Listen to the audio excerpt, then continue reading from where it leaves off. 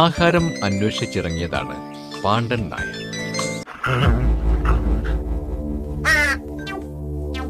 പാണ്ഡൻ കാക്കയെ ഓടിച്ചു. ഇതെന്റെ ഭക്ഷണമാണ്.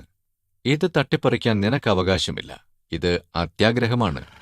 ഒരിടത്ത് പോയി സമാധാനമായിരുന്ന് തിന്നാം, പാണ്ഡൻ വിചാരിച്ചു. പുഴ കടക്കാനായി പാണ്ഡൻ മരപ്പാലത്തിലേക്ക് ഓടിക്കയറി.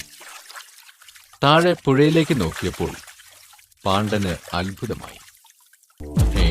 ഇതേതാ ഈ നായ? അവന്റെ വായിലുമുണ്ടല്ലോ വലിയ ഒരു എല്ലിൻ കഷ്ണം. തന്റെ പ്രതിച്ഛായയാണെന്നറിയാതെ പാണ്ഡൻ അവനെ സൂക്ഷിച്ചു നോക്കി. എന്നാൽ ഈ വലിയ എല്ലിൻ കഷ്ണം കൈക്കലാക്കിയിട്ട് തന്നെ കാര്യം. പാണ്ഡനെ തേടി പുറകെ എത്തിയ കാക്ക അവനെ കണക്കിന് കളിയാക്കി. അത്യാഗ്രഹിക്ക് ഇത് തന്നെ വേണം.